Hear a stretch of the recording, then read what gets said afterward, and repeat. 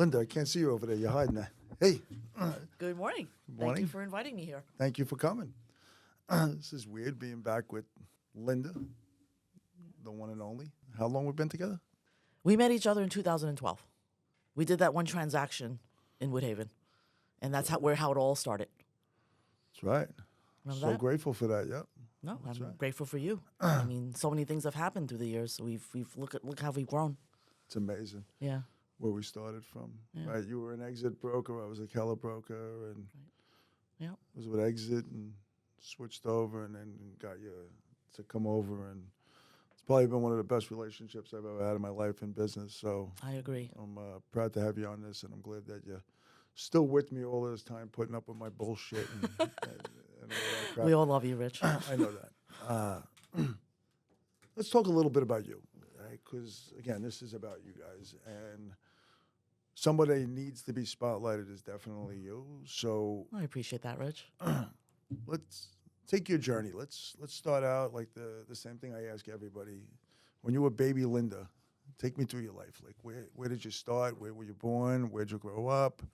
And then how'd you get into real estate? I was born in Manhattan.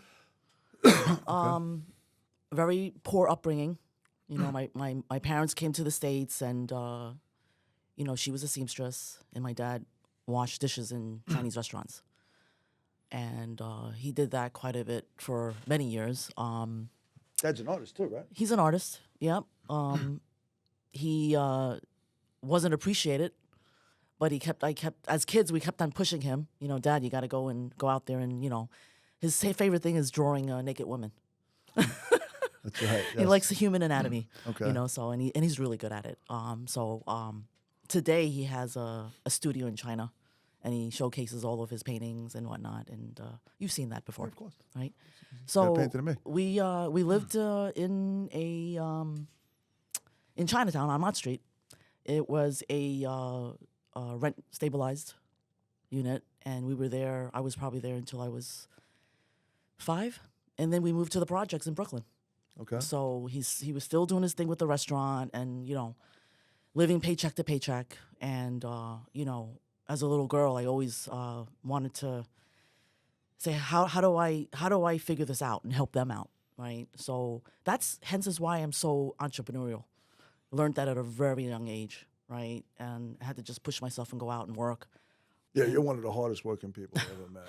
Jeez. You know, so we did that for a bit, and you know, my parents always wanted us to have better schooling, wanted us to go to Queens. We had a great friend of ours, a family friend of ours that lived in Forest Hills, and there happened to be a house across the street that was for sale.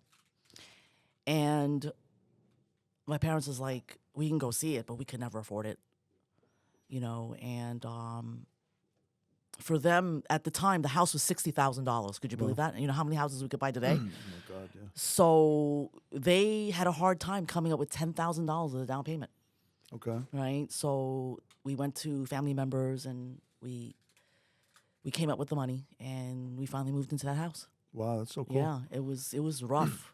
It was really rough. But I'm so proud of my parents. And yeah, from there in Forest Hills, we went to the best schools. You know, from there, university. You know, and working my way through everything. Where'd you go to school? I went to the Forest Hills PS 101 School in the Gardens. Then I went to Jamaica High School, Hillcrest High School, and then I went to Pace University. Pace. Yeah. For some reason, I thought you went to NYU. Yeah, Pace University, and Eddie went to NYU, right? yeah. Okay. Yeah, and yeah, it was tough because I had to work my way through it, you know, and I knew I had to. I'm a high achiever, as you know. Everything that I put my hands on, I need to make sure I achieve it, and yeah, push through that. And So what did you study in college?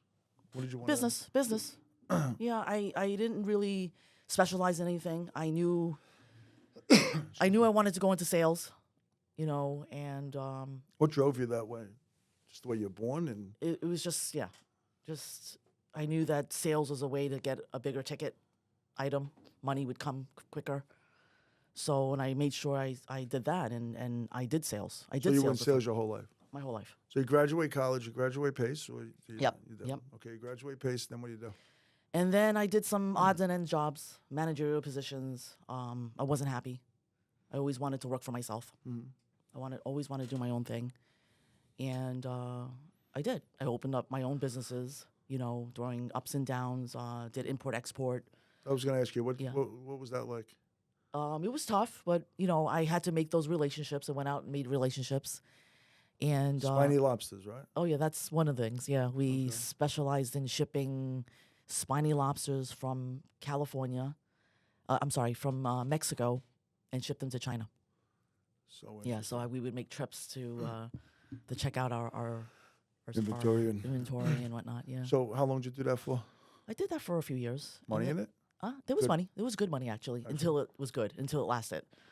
So What ends that? Like, what ends the spiny the lobster season. trade? It was the season, and the relationships with the co-ops in Mexico got very difficult. Competition. So your relationships are with the government or? No, not with the government at all. Although we had to go around it and work around it and whatnot. But a lot more people were coming in and doing the same thing. You know how when you have something great and other people come in and try to copy the idea? Sure. So we were probably one of the first people that did that. We found a need of it during Chinese New Year. During Chinese New Year? It was during Chinese New Year, so it was very seasonal, right? And we would make all our money at that during those 2 months, which is December, January. Now, I'm not trying to be ignorant on this, just don't understand it. You're making all your money in January to March, whatever that is. Yeah. Do you still ship lobster the rest of the year? Or We you're did. not? We did other kind of seafoods. Okay. Yeah, we shipped other things we did shrimp also. And why spiny lobster? They just couldn't get it in China, or is it? It was a specialty. It was a specialty in China because the normal lobsters that you see have claws. Yep. The spiny lobster has no claws. Yeah. Okay. So So what made you think of that? That's pretty amazing. Like, what's going through you? Did you do that with Yao also? Or? Yeah. I So was involved. You and Yao were sitting there, And his girlfriend at the time. and his girlfriend. Okay, so you guys are sitting there. I would love to be a fly on the wall in that conversation. Like, where did spiny lobsters come from? That's crazy. It just came out of a mastermind. What are some things that we could be doing with China? His ex-girlfriend happened to have really good relations with government people and top people in China, and So you're sitting she there had and they conversations. said, spiny lobsters Hey, is what this we is need? something that we could use. Can you source that? And that's how it all started. That's awesome. Yeah. That's pretty cool. And then you just took it, ran with it. Ran with it, and then we went with other things. We also went into children's Toys? children's toys. You had a And toy store in Jersey, right? Yes, and that was really good too while it lasted. And as you know, Short Hills Mall or it was in the Woodbridge Mall. Woodbridge? Okay. Yeah, we were there for a few years, and it was really great as it lasted. Fortune Off was the anchor store, Yep. and we would get all the Fortune Off business. Wow. Yeah, the kids would run into the store. We had a store about, I want to say, 5,000 square feet. Same And it things. was packed with different things and Same things sitting there, just masterminding you, and the girl. yeah, and figuring do out with toy store now? what's the one thing that that people want. So when was it when you guys decided, okay, we're out of the toy business, we're out of the spiny lobster business, and came into real estate? Well, the market shifted. And I knew I could just step in and do anything Yeah. because I have the sales experience, right? So, and it just dawned on me, hey, why don't I go try out real estate? We've always wanted to buy properties. Why don't we do that? And I did. I took the course. I probably just took it on a weekend because I was so dedicated. Took the test, passed, and went to Google to the most top offices in the area. I knew Forest Hills. I grew up there. So I said, why not start there? So Vinny Koo. Vinny Koo, yes. So you go to Vinny, you're now an exit. Yes. Great guy, by the way. Yeah. Shout out to Vin. Yeah. I really do like him Yeah. a lot. I think he's a good guy. So you end up with Vinny, and you're now selling real estate. What's that like? Especially your Yes. first year. Selling real estate, so, sales are sales. I just had to put the real estate perspective into it, right? So, learned very early on. I mean, they had masterminds as well. They had meetings, and I knew that I just had to figure out who I should follow. And at the time was the top producers there, and I learned a lot from Linda Chen, which is his aunt. and she actually mentored me early on. So Yeah. then you ended up having a partner too, right? Yes, I did. That didn't last too long, but that's okay. And I went on my own and became a listing machine. Yep. I was very focused with that. I didn't care too much for the buyer side. It was just too much for me. I wanted to just go in there and take And listings. you focused in Forest Hills, Yes, Kew Forest Gardens. Hills, Kew Gardens, and Regal Park were my main areas. So when at the time. did you start that? I started that in I want to say 2006, 7. I did that. So you came in I guess the shitty part of the market. Yeah, it wasn't such a good market. Yeah, Which it was is tough good. in the very beginning. Which is But good, I, so you learned I it. kept pushing through. I knew what the things. I mean, lead generation was the way to do it, Okay. and just hit your sphere. And I did that very heavily. So you do that, and then you end up, me and you meet in 2011, 2012, right? 2000 and early 2012 we met. Yeah, I remember Yeah. that. And we meet, and you decide to come over, work with Yeah. us. We were going to team up at first, and Yeah. then our relationship didn't last too long. You felt that I was taking advantage of you or whatever. No, not at all.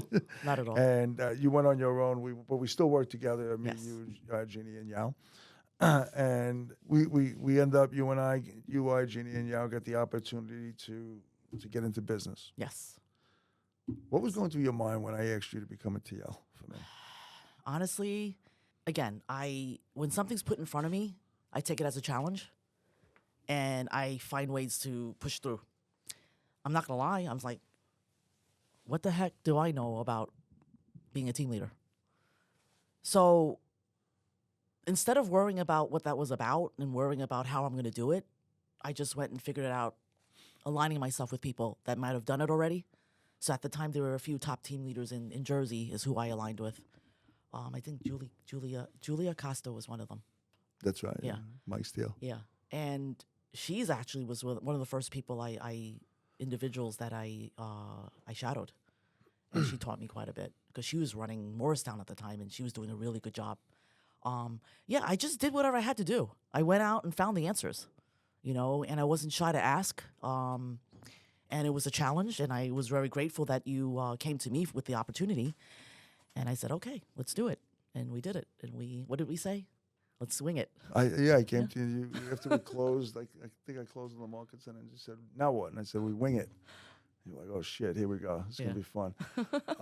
But again, like I said, I owe you so much, and you know that we owe each other because I think I owe you, Rich. Yes. we were like, we owe each other. it was like we were meant to be together, just you and I in business because we It's worked funny really well how together. it's funny how we're so different, but No. yet but yet we align with each other. I'm so into spiny lobsters and toy stores. But no, you're right. It's I guess opposites do attract in that way. But so you come over and it was amazing. Anytime I asked you for something, it was done. That's the most amazing thing because I guess you knew the value and where it was going to get us. Right? We started with. I always get corrected with this. 83 agents. Yeah, I always thought it was 62, 68. Now it's 83. 83. We start with 83 agents. What was going through your mind when I told you where we wanted to be? Because our goal was to get to 200, right? From 83, and then from there we had a. Well, at the little time, I goals. might not have seen it yet because I had to learn the role. But I said, you know what? Rich says that we could do this, so you know what? We're going to do it together. I didn't feel I was alone. I felt like I had a support system. So I said, let's do it. And we did. And we did it, and we targeted going after, top agents. We brought in partners and all of that. And we started out in Williston Park, right? And then we moved to 400. 400 Garden City Plaza 400 Garden City in Plaza. 2015. What did we get there at? How many agents did we have when we got there? We were probably around 100 because we were at 83. When did we buy? 2013, 14? I believe it was 13. 13? Yeah. Well, no, that was before me. You bought before me. No. I bought it to Keller Williams. That's right. Garden City. Okay, so then it was 2013. We bought that together. Yeah. I purchased that. I so- was gonna buy shares with them, and then That's right. decided not to, because there was a point we were going somewhere else, and then all of this happened, and we So it was decided to 2013 stay. then. Yep. 2013, right? November of 13, I think it was that we bought. I think the funny thing is me and Colleen have the same date that we purchased our market centers, Carly Rogers in California. she's That great just came people. up. Yeah, it was. I think it was November 11th or November 13th when we bought the market centers. Well, I closed, and then 3 hours later she closed because she Okay. was on California time. And it's funny, her TL didn't last with her, the one that she had with her. I'm not going to mention names, but the person she came in, obviously went their separate ways. So we get Garden City. We start rocking it, right? We're tearing it up. We become that. I don't want to pat myself on the back or pat you on the back because it was just hard work that got us to where we got to. But we went from who's this to holy shit, what are they doing there? And it just became a way of how we can get better and better and better and better and just keep going. So we opened up Garden City. We do that, and then we end up doing Woodbury together, right? When did we do Woodbury? Woodbury Was it was 15? around 15, 16, like 15, that. 16. Yeah. Mm-hmm. And then I come to you and I say, get to 400. We do Legendary, Yes. right? And damn, you got to 400 quick because you wanted to get out of my world. And, No, not at all. and you get to Legendary. And, like, what's going through your mind at that point now? You're going from TL to OP. I was excited. I was really excited. I said, wow, this is what opportunity looks like. Yep. Earned opportunity, right? Because that's what it was. It was Right. an opportunity. And you always true with your word, right? We made a pact together. You had a goal and we had to reach it. And, and there was a reward at the end. And that was really amazing. Fast forward, I was like, wow, this is great. And we've built it and making good money. Relationships. We talk about that all the time, and I think I really owe it to that. It's not just about the one-time thing. I think you have to have a system where you're constantly in touch with your people. I think I'm really good at that. I still have some amazing, great relationships today that people still call me on. And it's just about building and Speaking of, how many relationships do you think you're in just the real estate world alone? You got to be at least, thousands? well, I attracted over 1,100 agents into the company during my tenure. It's amazing. So just that alone, and I got 2. You and Al and Jeannie, 3.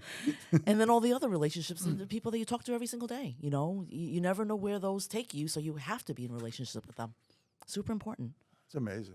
I think that is the secret sauce in our business. It's not just bring them in and do what you got to do and get them onboarded and then just leave them to be. That's not how we do it. So you go in, we do Woodbury, you do Franklin Square, and then we get blessed with New York City. We go on there, and I really do think that sets us in a different world now because now we're part of the city. Were you at that point nervous at that time with New York City? What was going through your mind with that? I had faith in you, Rich. I was nervous. It was COVID, right? When you The came, day we freaking buy it, literally 2 Yeah. days later it becomes COVID. and when you also came back and told us that you were able to negotiate this rent, I'm like, holy smokes. Yep.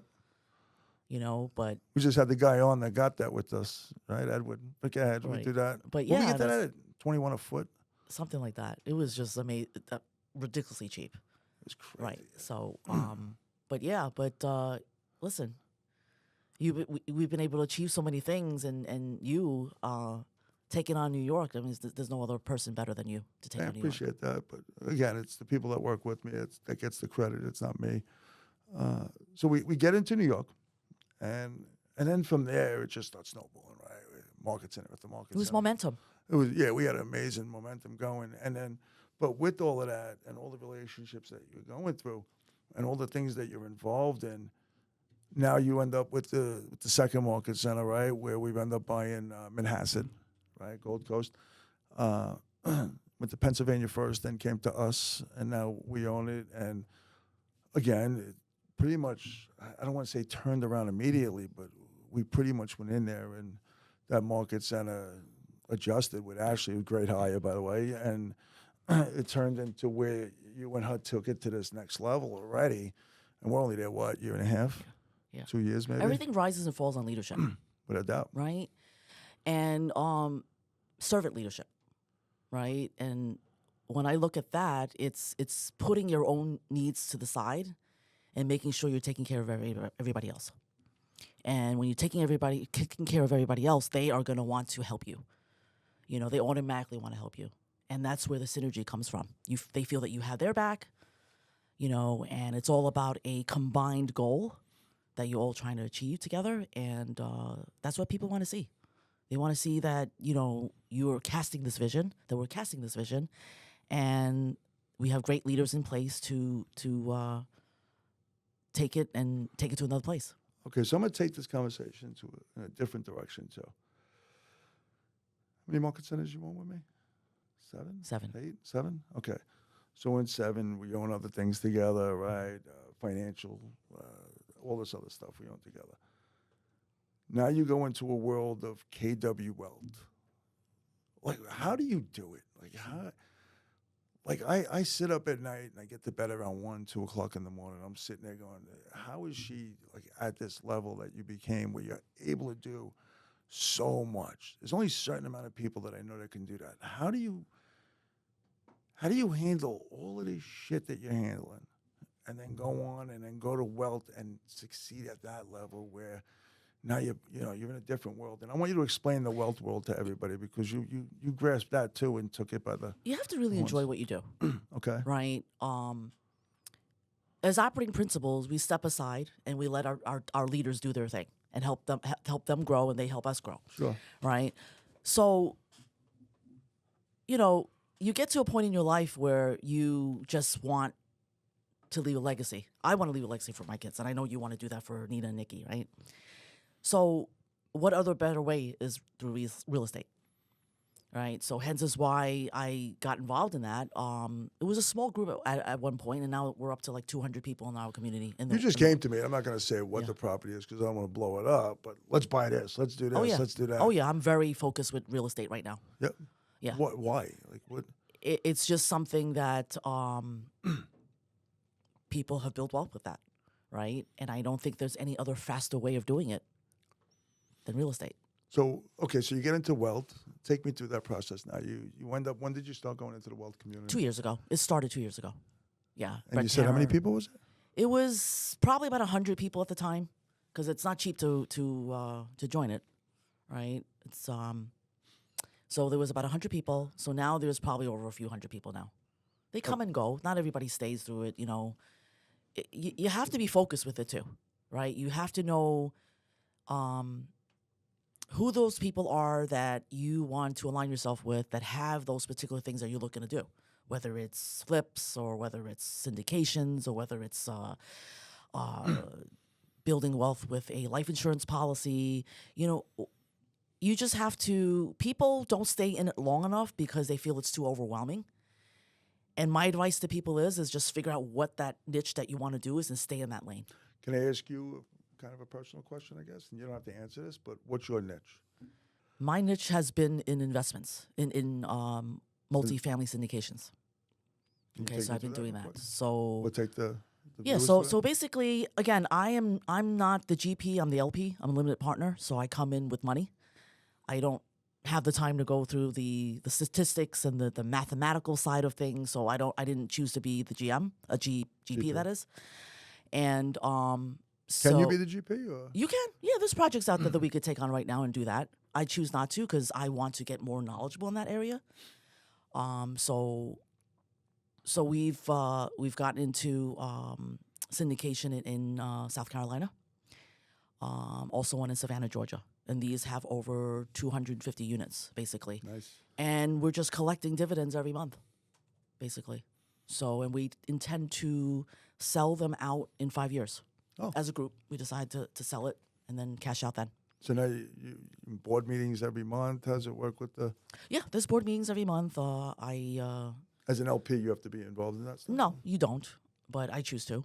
So I want to know what's going on. And you're also involved with other people in the group that may have other things going on. And they're already accredited investors. So accredited investors have already been vetted, basically. They've already done other deals. So you wouldn't have to worry about them per se. New people coming in and whatnot. So that's why you just came to me with that application. You're vetting me. No, not at all. You're already accredited. I'm messing with you. You're already accredited. want to know your Yeah. finances, and I want to know now, Rich. Yeah. That's pretty cool, though. But yeah, That's really yeah, cool. yeah.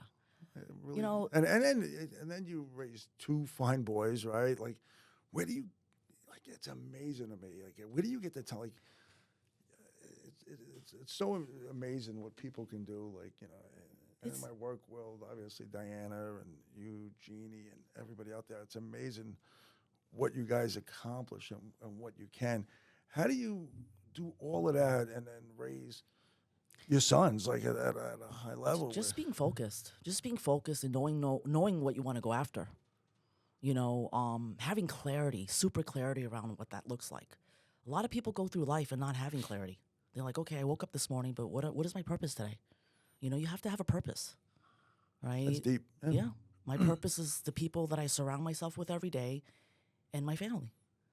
That's my purpose. So That's why I wake up every morning. So Justin's doing amazing. Jason's doing amazing, right? Let's talk about, because I know you're proud of Justin, both of them. I'm very proud of them. I'm very proud of them. Right, Yeah. but what did he just accomplish? Which is awesome, I think. Justin is now in residency, and he should be done in about a year. And then he goes on to a real job and be a real doctor. A real job and a real doctor. And how many hours is he working? Oh, he works crazy hours. Yeah. I think they have him at the hospital sometimes 15, 16, 17 hours. And he'll take a nap in the cafeteria, But he's also a high achiever, Justin. He's always takes after dad, I guess. Yeah. So when he puts his mind to something, he has to achieve it. So that I'm very proud of. He the last 6-7 years I can't say was very good for him because he had no life. But he knew he had to go through this, and now he's getting ready to. I mean, he's engaged. He's getting married in 2 years. Amazing. So I'm very happy about that. So I'm happy that he was able to put a little bit of, downtime there, and to meet someone special. That's awesome. Yeah. And how about his brother? How's he doing? Jason's doing great. I mean, he's coming from leaps and bounds. He really loves his job. Okay. He's a production manager now in a awesome. T-shirt factory, Spectrum Designs. Yep. And he loves what he does, and he's a people person. God, you got to be proud about that. Yeah, very proud. That's so Very proud. awesome. That's great. And again, you do it at such a, you're able to still come to work with a smile on your face, and as much as has to be going through your mind every day, and able to do this, I just find it amazing. Yeah, you just have to always chin up. Not every day is going to be a good day, but again, I'm going back to clarity. Having clarity of why you're doing all this. You have to have a reason, have that purpose. What is that? Put it down on paper if you're not sure what it is. And it changes all the time, by the way. Your purpose changes all the So time. do you go home and think about this stuff all day? And like, what do you ever shut it off? It's hard for me to shut down, and I think I'm able to do it at such a intense way is because I'm very passionate. Very passionate. Yes, you are. And I have grit. There's not a weekend that goes by that I don't do some sort of work. And you're the same, Rich. You're in the office on the weekends too. I'm not in the office, but I'm working. I get it. But I think that's what sets us apart, Rich. Our tenacity, our perseverance. Having perseverance is going to take us to where we need to take. And I don't think that's for certain people. I can't say for everybody, but there's a whole degree of people that give up too easily. And if you want to go forward and go after something, you can't give up. You have to keep going. You got to go through the punches. I think it goes back to, I think you and we just enjoy what we're doing too. Yes, that's the main key. We like it. It's not Yeah, like I don't think we like it. We love what we do. Yeah, hands down. I Yeah. think we love it. We get Yeah. up, we bitch about it, but we truly down deep love it. Yeah.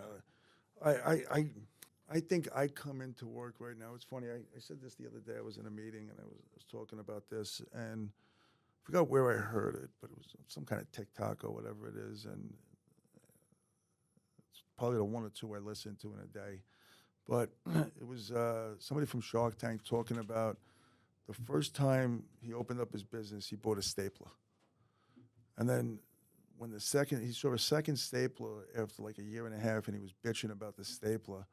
Why did they buy a second stapler? Because that's how focused he is with the financials. The same way I was and I am. And then he realized, like today, so he went from 3 people in the office to 20 people, and now where he's got over 2,000 people working with him, he doesn't think about the stapler anymore, right? He thinks about not that that's not important. Somebody has to do it and keep those expenses down, but now he knows that that has to get delegated to somebody else. And I think that's where we're at. And put it in perspective a little bit for me.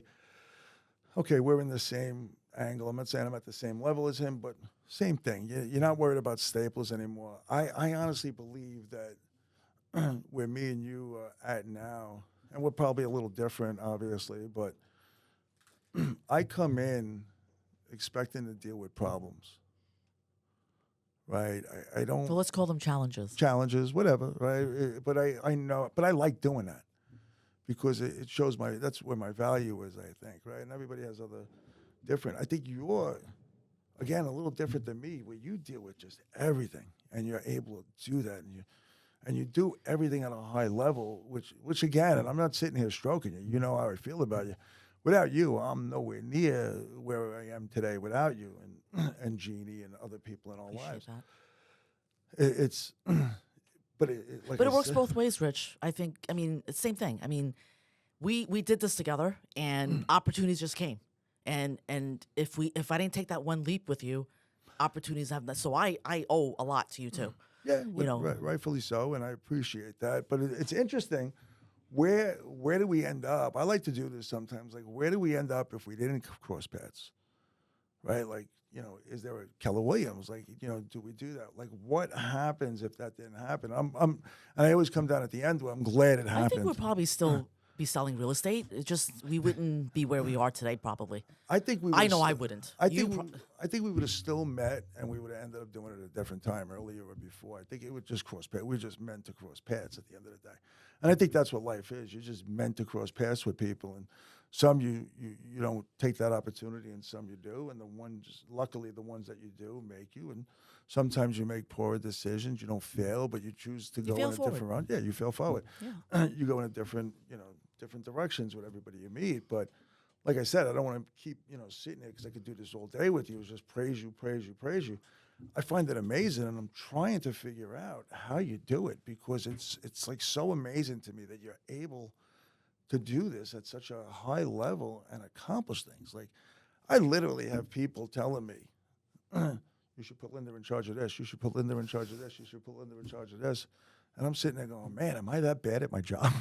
Like, why, but again, I'm so proud of that too, because like you said, we did this together, and it's so proud to hear when people come to me and say that, because that's how much faith people have in you. I don't even know if you realize that. They have the same for you too. They see the Thank you. They see the synergy, and we're affiliated with one another, and they see that, and they want to be a part of it. Yeah, And I'm proud of that. so am I, and rightfully so. So let me ask you this. Okay, we got all of this stuff going on. What's the future for you The future is just and your goals? to perhaps build more market centers, but obviously add more ancillary businesses to it. The brokerage business side of it is I still love it. I think there's more things that we could do within that, right? And buy real estate. So if I come back here 3 years from today, what are we talking about? How much property do we own? What do we? We already own a couple, commercial properties together. We have a few more market centers, and probably a couple of ancillary businesses. And where do you see? I like to ask this question too. Where do you see the market going in the future? I think it's gonna get worse before it gets better. I think we probably have another tough year. We've had 2 tough years already. I think we have maybe a little bit more before it gets better, until it starts thriving again. And we'll push through. What's going to make it push through? Just the economy, I'm thinking, not to make this political, but, if, the nation starts to thrive again, everything else thrives. Well, yeah, the real estate business can be the first to take off. I agree with you on that. So, but I really don't think it's interest rates either. I don't think so. It's not that. It's people's mindsets. It's the buyer's mindsets. It's the seller's mindset. They have a scarcity mindset right now, right? They're worried. They're scared. They don't know what's happening next. and they're reading all this news all the time. And I wish they would just put out good news out there. That's why I really don't listen to the news too much. Well, news does- But the consumers are listening to all of that. They're listening to all of that, and it's just putting garbage in their heads, and it's holding everybody else back. And it's never been a better time than now to buy real estate. Yeah, I had Edward on, and we were talking about this, and it was interesting. I think he was saying the best time to buy is when everybody else is starting to buy. Best time to get out is when everybody's got that same idea to buy at the same time, and the best time to get in is when everybody's away from it, right? So I see that in 2025. I'm a little bit more, not doom, I'm more gloom, right? I said it right? No, I'm more on the positive side. Let's just go that way. I'm much more positive for 25, 26, because I think it was you who showed me the job report, and I think there's supposed to be 2 million jobs more created in 25. Yep. 26 is another 2 million. So I think with that and the ability to grow jobs, I think the real estate market will take off. I honestly see the market, in my opinion, humble opinion, what I'm looking at is I do see it starting to really pull through and make it. I think Just look at the numbers at our market centers. that's what I'm looking at. Right? Yeah, We're looking at our listings. The listings have been up. listings are Yeah. up. The market share, like the owners, the profits, the profit share, the profits are up. Company dollar's been up.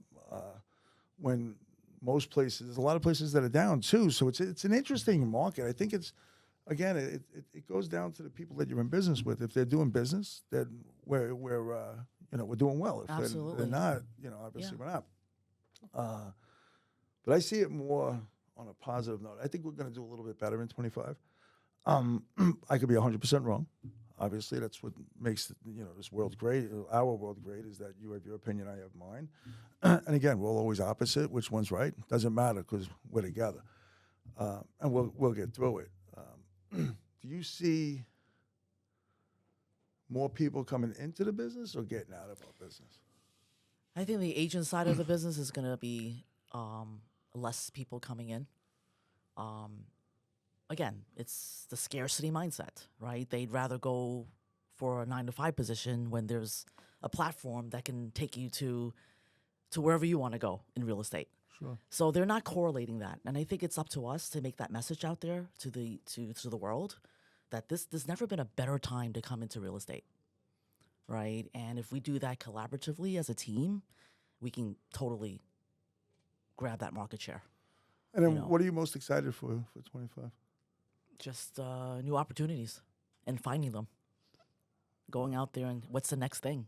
And then tell everybody how you look for your opportunities. Like, what's the one thing you're looking for?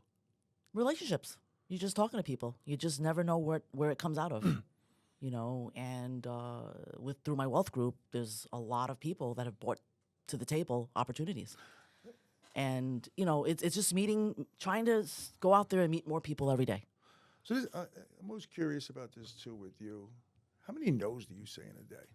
Like what opportunity? A lot. So like me, where Yeah, because you don't, the opportunity's put in front of you, and if they want the response right then and there, hey, this is a deal, and I need you to, I won't jump like that so quickly. I need to do my own due diligence, and if there is something that comes through the table that allows me to have some thinking time, then I will take a look at those. And then how would people like get in touch with you? Like, is there a way like they get in touch with you to talk about these opportunities? How do you? We have a group. We have mastermind groups that we're together all the time. We have our WhatsApp groups. We have our little niche, little groupie. Well, let's say somebody outside of your world and our world wants to get in touch with you with an opportunity. How would they do it? Oh, Just call you, just reach out to you, reach just out email to me. you. Yeah. Yep. And then you just pick up the phone, call them back, and say, okay, what do we got? And then meet with them, and that's the process. That easy? Yeah. That's awesome. So I'm actually starting up for our region. That is, a regional KW. It's going to be the KW Core Investment Club. So I'll be heading that up, and I'll have a calendar next year. Every month we will be meeting. Our inaugural meeting will be in our NYC office. Okay. I'll get you the dates, and we want high-minded people to come together, and whoever may have deals and whatnot or have opportunities they want to bring to the table, and bring them forward. And if there are certain agents that can't do it themselves and want to partner up, that would be another avenue I'd love to do too, That's awesome. to help everybody have some part of investing. That's great. Well, Linda, we got to wrap it up. It's been great. Look forward to Thank having you for you having back. me. No, Happy thank you. Thanksgiving to you and the family. Same to you. What are you guys doing tomorrow? Cooking? Family time. Are you cooking? Or? No. No? Good for you. Katie, right? Yes. You're the best. Love you, hon. All right. Love you too. Bye.